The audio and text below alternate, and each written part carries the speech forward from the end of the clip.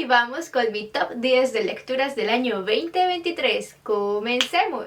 Hola literatos, mi nombre es María Stephanie. Tal vez sea evidente, tal vez no, pero si ven algún arañón por ahí es que acabé de desmontar el árbol de Navidad y fue una verdadera lucha. Que sí me había tardado un poco en subir este video, pero estaba reflexionando sobre el orden de lecturas y es que normalmente acostumbro a hacer un balance semestral, un top 10 de lecturas a mitad y final de año, porque sí que me cuesta dejar algunos libros sin mencionar o sin destacar para recomendárselos a ustedes.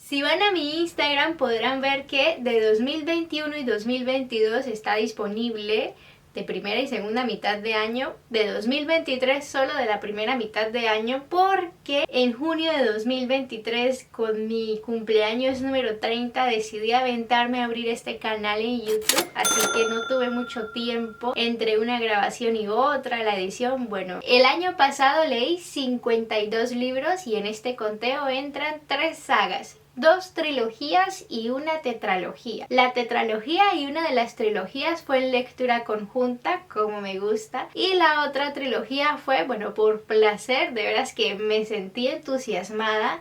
El primer libro lo leí en febrero y los otros 2 los leí entre noviembre y diciembre y fue un cierre de año perfecto.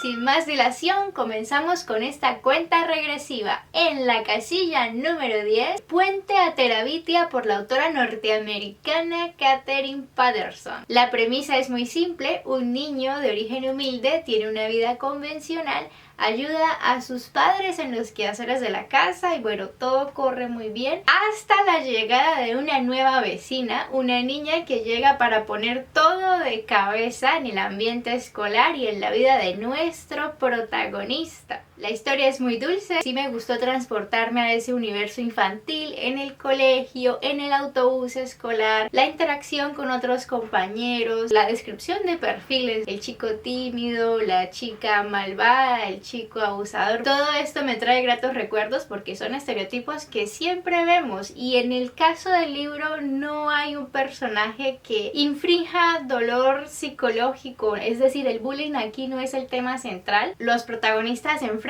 algunas adversidades, pero no tiene esa densidad de libros que nos hablan específicamente de bullying. Es una historia tranquila, agradable por el ambiente del pueblo, del colegio, el vínculo que va surgiendo entre los protagonistas, por el mundo de fantasía que construyen juntos. Son cosas que te calientan el corazón, de veras que sí es un libro cozy, pero el final te marca y no digo más para no dar spoilers. No lo pude olvidar, lo pongo aquí en la casilla número 10 porque sí que te construye un imaginario rico, aunque el libro es tan corto y la forma en la que acaba te llena de sentimientos. Pues he descubierto un gusto especial por este tipo de libros. El ambiente de instituto sí que me animo a ir por otras lecturas del mismo corte y que no contenga tanto drama, que no me traiga mucha cosa de la vida real, quizá experiencias amargas, cosas que vemos tal vez en autobiografías o autoficción, porque este tipo de libros con protagonistas infantiles y ambientes más idílicos, fantásticos o incluso de horror, te hace entrar en una onda diferente a que te presenten un libro de drama y realismo donde los niños sufren con cosas que tú sabes que suceden, ¿no? Y que no puedes hacer nada para impedirlo. Este año en Traficantes de Letras está programada la lectura de It por Stephen King.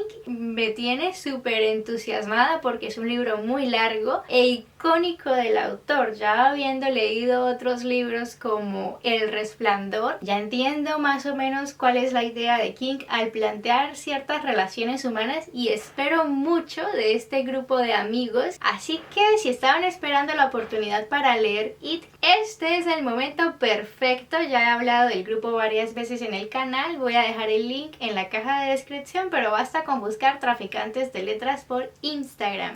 Casilla número 9, fue Violeta por la chilena Isabel Allende, según algunos rumores que escuché en una página de Instagram muy buena de chismes literarios. Esta autora recientemente ha sido vetada en Estados Unidos por contener algunas situaciones impúdicas o que van contra la moral en su literatura. Quienes han leído las obras de Isabel Allende juzgarán. A mí me parece un absurdo, pero bueno. Violeta es un libro señorero porque la protagonista llega a casi los 100 años de edad cuando empieza a recordar partes de su vida desde que era muy chica. Con esto tenemos que es una novela de crecimiento, de desarrollo de personaje, porque vemos a la protagonista de su infancia a la vejez, lo que hacen sus familiares que la llevan a caminos que, bueno, no tiene más opción que tomar. Así es cuando somos niños, y luego con lo que tiene a mano, las herramientas y tal, comienza ella su propio recorrido y cómo ciertas circunstancias van haciendo cambiar la perspectiva de vida de la protagonista, así como, bueno, con cualquier persona, ideas preconcebidas, y a medida de que vamos creciendo todo va cambiando, las necesidades también cambian, en fin. De este libro ya he hablado, no recuerdo exactamente en cuál video, lo dejaré por aquí, pero sí que me marcó porque tiene situaciones que se han vivido en muchos de los países de América Latina, e incluso por la misma música, ¿no? El rock en español, rock setentero, ochentero, noventero, bueno, de esas décadas, que lleva algunas de estas historias, realidades sociales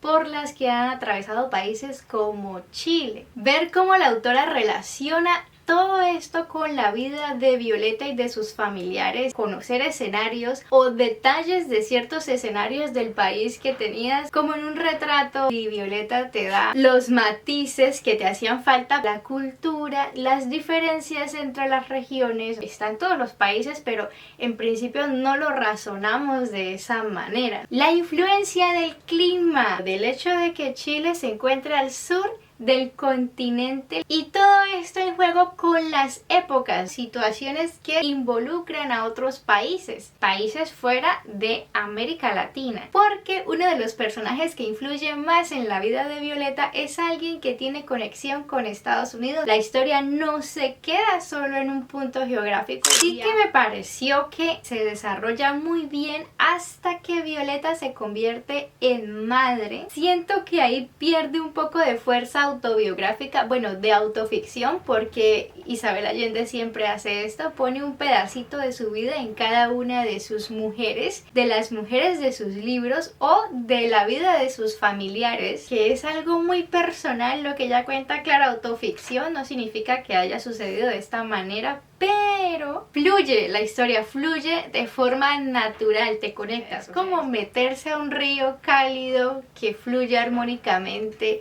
y tú nadas en él sin complicaciones, te sientes a gusto, y en un momento el río se estrecha y el cauce se hace más rápido, pero adopta una forma en zigzag y así te lleva el agua rápidamente a saltos.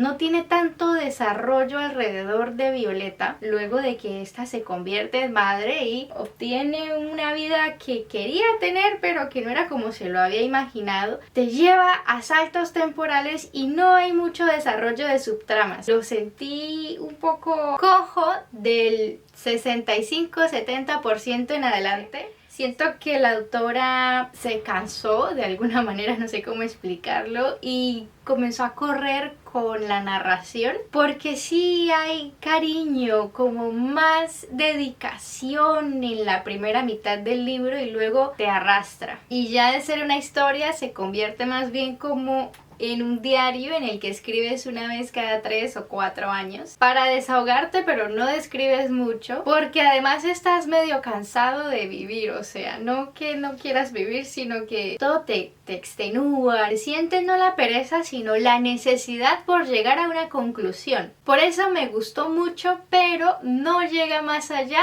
en el top 10. Casilla número 8, El legado de Asako Serizawa, una de las lecturas que hicimos el año pasado en la línea de lecturas conjuntas de literatura japonesa. Se trata de una saga familiar que corre durante casi 100 años. Cada capítulo trata sobre un núcleo familiar diferente. Puede ser que empieza con la tatarabuela y después se va la tataranieta y después se va el bisnieto, después al hijo. Al principio te cuesta un poco conectar la cronología y la relación dentro de ese árbol genealógico entre los personajes que van surgiendo. Claro que, por ejemplo, en el capítulo de la nieta te van a hablar sobre la nieta, los padres, y ahí tienes que ubicar de quién es hijo este personaje, si es esposo o esposa, si viene de la misma rama, qué incidencia tuvieron las decisiones de los ancestros en lo que está viviendo esta tataranieta. Y ese justamente, pese a que al principio del libro parece un poco complejo, fue el juego que me llevó a amar este libro. Sí que hay conexión, pese a que los personajes no se conocen, una especie de genética comportamental. Creo que la psicología empezaba a tratar este asunto de la herencia de nuestros ancestros hacia nosotros. Pues algo de eso se denota en el libro. Claro que la autora no lo plantea desde un punto de vista temático, sino que se deja llevar por esa idea que tenemos de que, bueno, usted sí es de la familia tal. ¿Por qué? Porque la familia tal tiene la fama de tener un temperamento fuerte o de ser muy pasiva. Eso sí que me gustó porque se nota que no es una creencia popular antigua de una región específica, sino que muchos países hablan de eso incluso antes de empezar a plantearse la idea como un campo de estudio psicológico.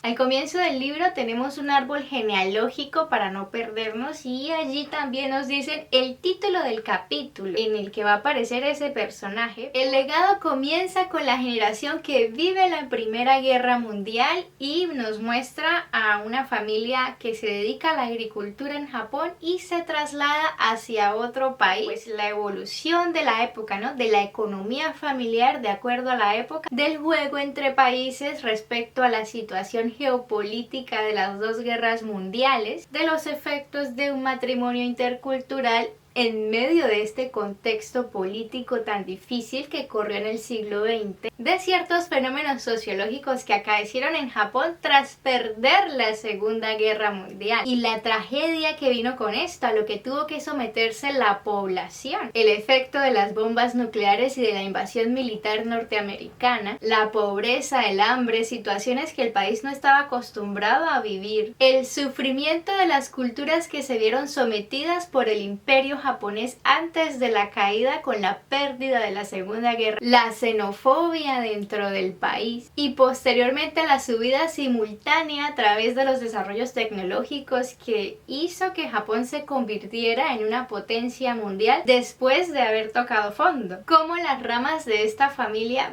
viven estos cambios desde diferentes perspectivas. El libro es muy corto, no tiene mucho desarrollo temático, no propone debates, solamente plantea lo que sucedió y lo que fue para la población rasa, ¿no? Para el ciudadano de a pie. Libros así me parecen una joya porque además deja abierto la libre interpretación del lector. Y en mi caso me pegó, me sentí identificada, no por mí específicamente, sino por mi hija. Me hizo pensar cómo será esa personita en el futuro, que es el caso de una de las protagonistas del libro. Sí me dejó sentimientos encontrados porque el año pasado justamente se nos presentó la oportunidad de salir de Japón, no de forma definitiva, sino durante algunos años, 5 o 7 años, y después tendríamos que retornar al país. Me hizo pensar qué sería mejor para la niña, ¿no? Entonces sí que me pareció una lectura muy útil y bueno, me llegó al corazón. Casilla número 7, Grandes Esperanzas de Charles Dickens. Y de Charles Dickens tengo una reseña, la única hasta el momento en el canal, de Cuento o Canción de Navidad. Allí hablo un poco de la vida del autor, del impacto que tuvo el autor en su época, lo que estaba sucediendo en la situación política de Inglaterra, en la celebración de la Navidad. Si están interesados por estos asuntos históricos que rodean a la obra y a Charles Dickens, pueden ir a ese video y conocer algunos detalles sobre la vida personal del autor. En Grandes Esperanzas el autor nos presenta a Pip, un chico huérfano que depende de su hermana mayor debido a la forma en que fue criada, a la vida que le tocó llevar y a diferentes circunstancias. Es muy estricta, incluso cruel. Esto hace difícil la vida del chico, además de la condición de pobreza, sumado al hecho de que tiene muchas esperanzas en su futuro. Quiere ostentar una vida de erudito, pero para ello necesita de recursos económicos, lo que no tiene. Aún así, el chico se esmera como puede en su educación autodidacta, hasta que un día del cielo le cae la promesa de una herencia. ¿Será verdad? ¿Qué pasará con Pip?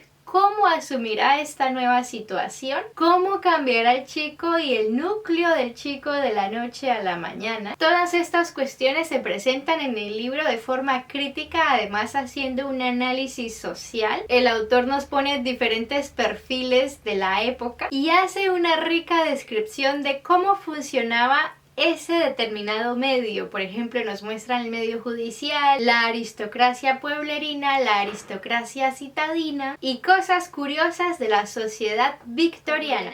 Como ya lo he dicho antes, me encantan los clásicos porque es una ventana hacia el pasado, pero esto no significa que contenga soluciones a grandes cuestiones de la vida, solamente es una cartografía social de esa época. Lo capcioso está en la lectura que tú haces de esa cartografía, ¿no? Si te gusta comparar el pasado con el presente, si te gusta comparar esa sociedad con la tuya, que es una sociedad completamente diferente, lo que quieras hacer con eso. En septiembre, Traficantes de Letras traerá la lectura conjunta de Historia de dos ciudades para los interesados. Grandes Esperanzas también lo leí con Traficantes y bueno, a los chicos también les quedó gustando el autor, así que yo me uno a esta racha de Charles Dickens porque tanto él como sus personajes son un ícono literario de la época victoriana. Casilla número 6, Nunca me abandones, de Kazuo Ishiguro. Llega de nuevo este ambiente de instituto, en este caso se trata de un internado, por lo que la atmósfera es netamente escolar. Y es que aquí tenemos a un grupo de chicos superdotados en apariencia que reciben instrucción especializada en arte y filosofía, que además mantienen aislados de la realidad. Ellos no tienen contacto con el mundo exterior, están concentrados en su educación especialísima. Se les enseña que la vida en pareja es un medio para un fin, que es la reproducción y la continuidad de la raza humana. Si no existe esta perspectiva de futuro, pues el sentimiento también se anula porque no hay un objetivo. De esta forma les enseñan a desligarse de ese tipo de relaciones humanas. Cuando lees esos detalles que están implícitos en conversaciones aparentemente normales, piensan que están tratando de crear una generación superior con miras al desarrollo para crear una civilización libre de ideas preconcebidas y así enfocar a las futuras generaciones en, no lo sé, la tecnología, la convivencia más pacífica, en fin. Pero a medida que avanzas en la lectura te vas dando cuenta por dónde va la cosa. Y aquí tiene algo de ficción científica y distopía, aunque es muy leve. No hay desarrollo temático de una teoría distópica, ficción científica, pero sí que tiene el toque en un ambiente costumbrista, en apariencia simple, que suele defraudar al lector porque pues en la sinopsis se vende como si fuese algo radical. De hecho, las ideas que están en el subtexto son radicales, pero la forma en que se exponen es bien sutil. Hay mucha tela por cortar aquí, se presta para diferentes lecturas, porque Ishiguro mantiene esa esencia de sus obras. A través de lo simple pinta una línea de análisis que puedes seguir hasta donde quieras, a partir de situaciones comunes con personajes comunes y un aura de melancolía, como que sales un poco triste de las obras de Ishiguro. Casilla número 5, Rojo y Negro, de Stendhal. Se trata de un clásico de literatura francesa. Aquí tenemos lo mismo que en Grandes Esperanzas, a un chico de origen humilde que por diferentes circunstancias comienza a escalar en su sociedad a través del conocimiento. En el caso de Rojo y Negro, el conocimiento se convierte más en herramienta que en el caso de Grandes Esperanzas, en donde el protagonista cuenta con un benefactor o benefactora. Tengo que advertir que el protagonista de Rojo y Negro cae muy mal. Es el análisis de lo que le pasaría a una persona pobre que de la nada comienza a escalar y comienza a hincharse, llenarse de orgullo, de un aire de superioridad. Siente que solamente él tiene esa capacidad intelectual y que por eso merece llegar a cierto punto, pues es más por esa comprensión o esa habilidad de memorización o de análisis académico. La verdad es que sí lo vemos mucho, no significa que solamente pase con personas de origen humilde, sino que vemos que alguien que, bueno, de cualquier origen, que de la noche a la mañana comienza a incursionar en ciertas áreas y ve que tiene esa facilidad de análisis, quizá de escribir, quizá de memorizar, quizá de números, bueno, qué sé yo, pero por esa nueva capacidad descubierta, pues siente que es la única persona que puede hacer determinada cosa y no es así. Por esa conciencia y lo que ocasiona esa conciencia, ¿no? La actitud que desata en el protagonista es que cae muy mal, de verdad que sí cae pésimo, pero lo que me encantó del libro es la descripción de época. Como nos pinta la vida provinciana, la influencia de París, bueno, las aspiraciones que se tenían en llegar a la capital y triunfar, todas estas cosas que encuentro cierta similitud con Grandes Esperanzas. ¿Por qué me gustó más Rojo y Negro que Grandes Esperanzas? Porque Stendhal hace una crítica satírica de todo lo que ve, incluye todo. Política, clases sociales, el desarrollo empresarial, detalles históricos más ricos que en Grandes Esperanzas, pero básicamente es lo mismo, aunque el protagonista de Grandes Esperanzas como calidad de persona es mucho más agradable que el protagonista de Rojo y Negro. Que no ahondo más porque esa es la idea. Una novela de crecimiento, desarrollo de personaje y lo que sucede con este comportamiento. Casilla número 4, Del amor y otros demonios, de Gabriel García Márquez. Que de Gabriel García Márquez solamente he releído 100 años de soledad. No lo había leído todo, había leído solo un fragmento, bueno, me parece que el 20%. En mi época de estudiante, pero fue obligada, así que no lo disfruté. Creo que ya he hablado de esto en el canal, pero leí muchas de las obras de Gabriel García Márquez porque estudié en un colegio con ese nombre y todos los profesores de español estaban obsesionados con este autor en el bachillerato. Como eran obligatorios, no los recuerdo, así que aproveché que de Traficantes de Letras salió una rama de macondianos y me embarqué, empezando con Del amor y otros demonios. Nos presenta un pueblo costero y una historia de amor imposible. La novela es corta. Lo que me gustó es que describe el contexto de la época. Una vez más, y es que esto es repetitivo en mis apreciaciones, me gustó cómo el autor mezcla diferentes influencias culturales española de ciertas civilizaciones europeas que también influyeron en la región, indígena, afrodescendiente, el hecho de que este pueblo cuenta con puerto, que eso cambia mucho la realidad de ese espacio geográfico, junto con la influencia de la religión católica, que no es lo mismo hablar de religión católica a mediados del siglo XIX, del siglo XVIII, que en el siglo XX. Cada etapa histórica tiene su afán y Gabriel García Márquez retrata muy bien lo que estaba sucediendo en ese momento, en ese pueblo imaginario, ¿no? Eso sí que no lo he consultado. Tengo que preguntárselo a los macondianos. Al haber sido periodista, tiene un aire de crónica en sus obras. Agarra un personaje y crea una especie de crónica de la vida o del entorno, así va construyendo sus historias. Del amor y otros demonios se inspira en un trabajo periodístico del autor. Fue delegado a documentar la exhumación en un cementerio de un convento abandonado. Cuando están realizando estos trabajos sin mucho protocolo y sin mucho respeto a los muertos, se avista una cabellera que sale de una de las tumbas, lo cual deja perplejo a Gabo porque él ignoraba el hecho de que después de la muerte cosas como el cabello, las uñas continúan creciendo. Así, a través de una leyenda de una santa, una niña santa, que le contaba a su abuela, y de este hecho pues él construye Del amor y otros demonios, que es la historia de una chica descendiente española criada por esclavos afrodescendientes que se enamora de un hombre que no puede tener. Y esta imposibilidad acaba por firmar su sentencia.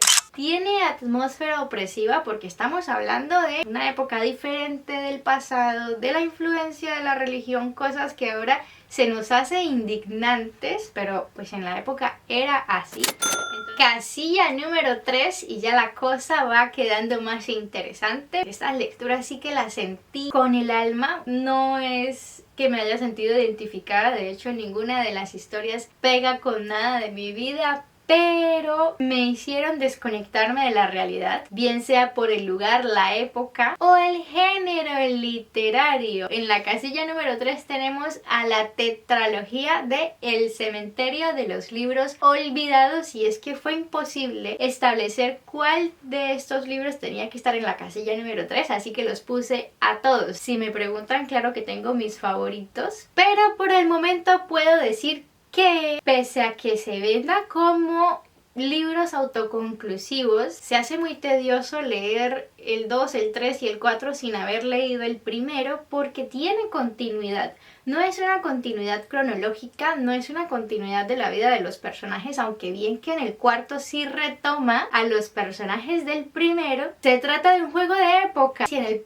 primer libro nos habla de un personaje X que existió en determinado año e influyó en la vida de los personajes en el presente, en el segundo libro nos van a contar qué fue ese personaje y por qué pasó lo que pasó, dejando por supuesto cabos sueltos para el tercer libro y una situación de suspenso que finalmente se resuelve en el cuarto. Entonces no es posible leerlos en desorden, porque sí que te vas a perder de cosas importantísimas. En el cementerio de los libros olvidados tenemos a un protagonista adolescente. Comienza el libro cuando el chico tenía 11 años, pero el nudo de la historia se desarrolla a los 17. El segundo libro se hace más pesado porque nos ponen un perfil más oscuro de protagonista, que el protagonista no es el niño del primer libro, sino un personaje que ha tenido una vida difícil y bueno, estas circunstancias han moldeado una psicología que puede llegar a ser complicada de entender, además que trae un misterio un poco más oscuro, divino, sí que el segundo libro es mi favorito porque juega con tu mente, no sabes si lo que te están contando es real o estás solo en la cabeza del personaje. Ya el tercer libro es más entrañable, el protagonista aquí es uno de los personajes más divertidos y dulces de la saga, suaviza la cosa contando chistes, echando puya como dicen por ahí. Su historia compartida con otro personaje de la saga es el foco del tercer libro. Ya en el cuarto libro nos traen dos mitades, que es el conjunto de la continuación del primero con la resolución de los misterios y cabos sueltos que quedaron a lo largo de la saga por un personaje nuevo, una chica enigmática profesional que va a ser la encargada de cerrar la saga. Carlos Ruiz Zafón tiene un estilo pesadito, no es que tenga palabras muy complejas, pero la construcción sí que es medio que poética. Entonces cuando empecé el primer libro, voy a dejar por aquí la frase inicial, sí que tuve que ajustarme las mangas de la camisa y decir, bueno, aquí me preparo porque esto parece que va a ser complejo, no en el sentido que no lo pueda entender, sino que va a representar un peso mental, porque a partir de esa decoración narrativa va a construir un ambiente especial, medio que mágico, sobre unos hechos que corren en línea recta, por lo que recomiendo leerlo con calma, con tranquilidad, no hacer lectura paralela con otros libros, para que puedas disfrutarlo, ¿no? Se trata aquí de disfrutar. Describe lugares de la ciudad que son icónicos, y en eso sí me pareció que Carlos Ruiz Zafón le hace un fiel homenaje a Víctor Hugo. De hecho, el autor menciona a algunos de estos escritores de literatura clásica en sus libros. Casilla número 2. Soy un gato, por Natsumi Soseki. En esta obra tenemos una confusión habitual, y es que debido al título y a que el narrador protagonista es un gato, a que es literatura japonesa, pues la mente hace conexiones, ¿no? Y nos imaginamos una lectura cozy, tal vez que como está en la perspectiva de un gato va a ser dócil, gentil, agradable, que te hace sentir bien. Bueno, pues no es así. Se trata de una novela histórica desde la perspectiva del gato como mascota de la casa, pero nos va a contar es la vida del dueño de la casa, de su familia y de las personas que convergen allí. Ambientada a principios del 1900 en Tokio. Y aquí el autor nos muestra la vida de un profesor y de sus amigos académicos, las conversaciones que tienen dentro de esta casa que el gato escucha y juzga. Le parece absurdo la mayoría de cosas que se discuten en esa casa y que se hacen en la casa. Es un holgazán que solo juzga desde su posición cómoda. Es otra ventana al pasado, trae ciertos asuntos en los debates que este profesor mantiene con sus colegas. No son colegas profesores, eruditos, poetas, escritores, bueno, este ambiente y cómo este tipo de personas concebían el matrimonio, la familia y el rol de la mujer en 1903.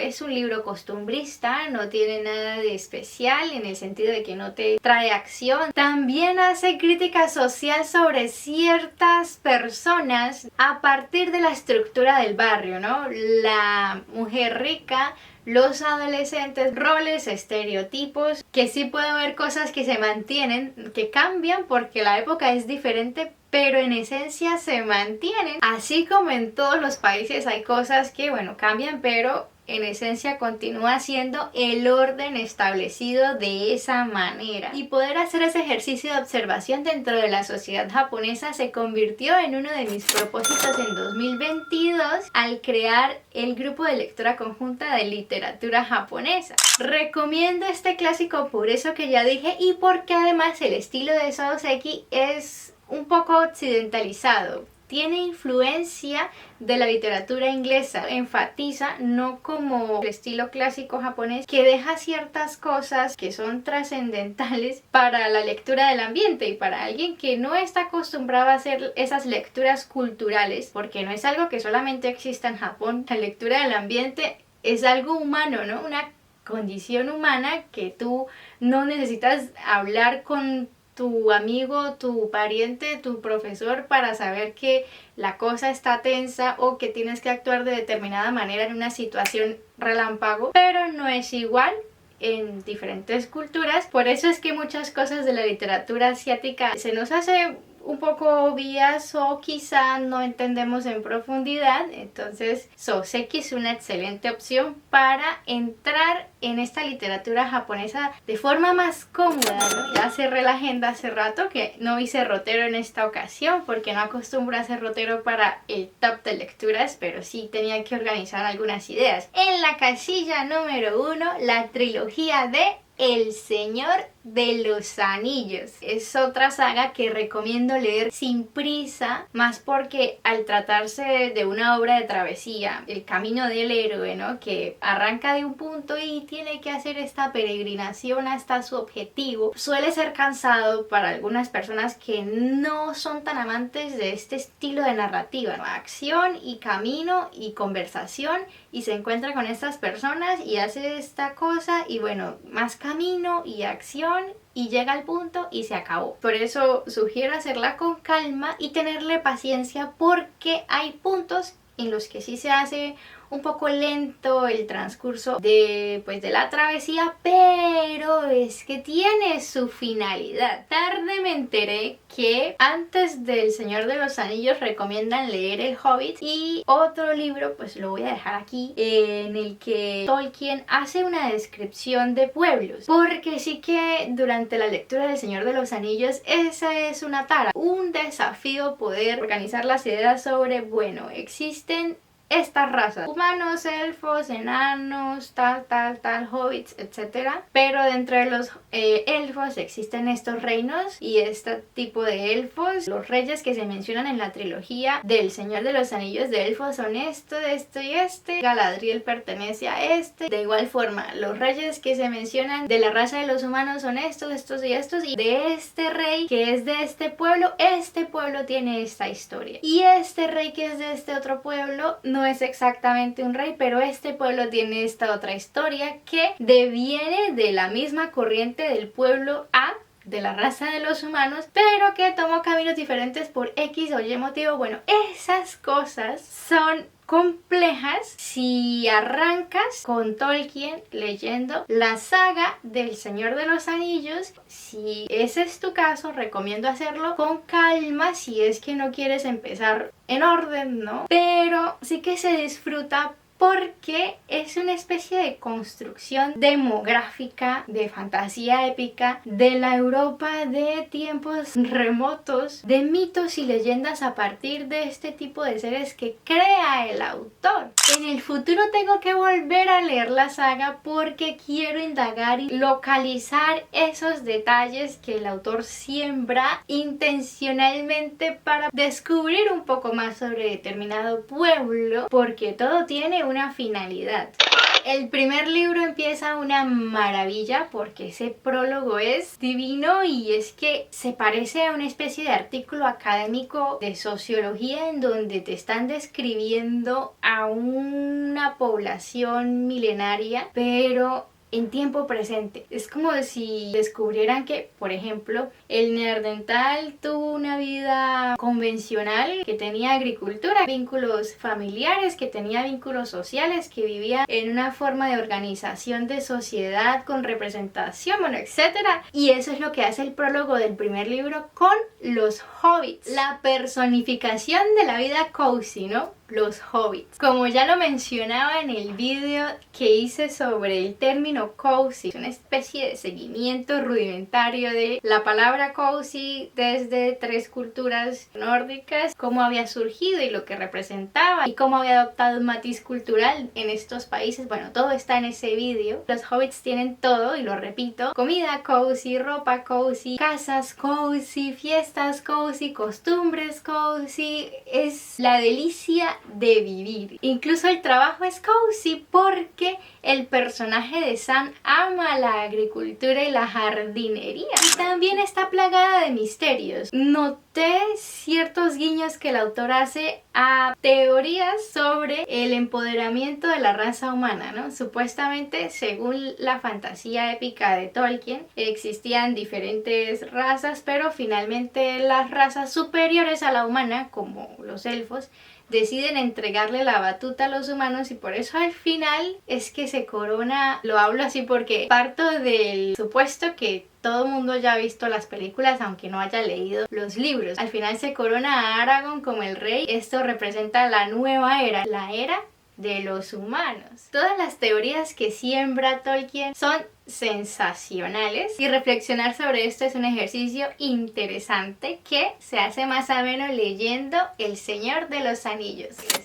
Ese fue mi top 10. Me dejan en los comentarios si ya leyeron algunas de estas obras. Si están interesados en participar de las lecturas conjuntas que mencioné aquí, me lo dejan en los comentarios, pero recomiendo ir directamente a los perfiles de los grupos de lectura conjunta. Fue muy difícil dejar por fuera otros libros, así que hago mención rápidamente a libros que también me encantaron este año, pero que por X o Y motivo no incluí en este top. Y son, por ejemplo, Otra vuelta de tuerca de Henry James, que cuenta con adaptación. En la respectiva reseña voy a hablar al respecto. Los primeros 2 libros de la trilogía de Bill Hodges por Stephen King, que sí me gustó el tercero, no me gustó tanto como los primeros 2 porque presentan a unos villanos sensacionales. La riqueza de esos libros es eso, los villanos. También me gustó En brazos de la mujer madura, que no me acuerdo cómo se pronuncia el nombre de este autor, lo voy a dejar aquí, que se trata de autoficción. Es algo que realmente el autor vivió y que lo plasma en la vida de este personaje ficticio que viene a ser el alter ego del autor, arrancando de la infancia, cuando el chico tiene que pasar por un conflicto interno en su país, tiene que vivir todo lo que representa la guerra, ¿no? Y sobrevivir dentro de un campo de auxilio militar, ver cosas que los chicos no deberían ver por ser autoficción, ¿no? Por ser algo que el autor vivió. También me pareció interesante, aunque pasa algo parecido con Rojo y Negro. El protagonista en un momento se hace detestable desde mi perspectiva femenina.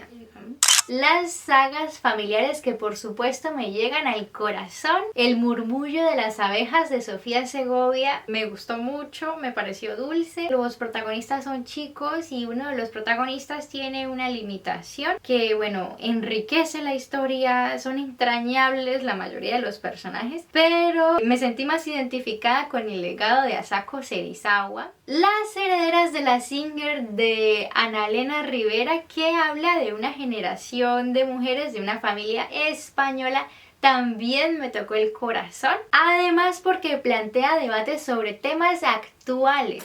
Por favor, cuéntenme en los comentarios cómo estuvo su top de lecturas de 2023, de cuántos libros hicieron este listado, cuántos libros leyeron. Espero que les haya gustado este contenido. Si llegaron al canal a través de este vídeo, los invito a que le echen un vistazo a los otros. Principalmente hago recomendaciones literarias sobre libros que quiero leer y posteriormente pongo cómo me parecieron. Cualquier pregunta me lo dejan en los comentarios. Chao, chao y hasta una próxima vez.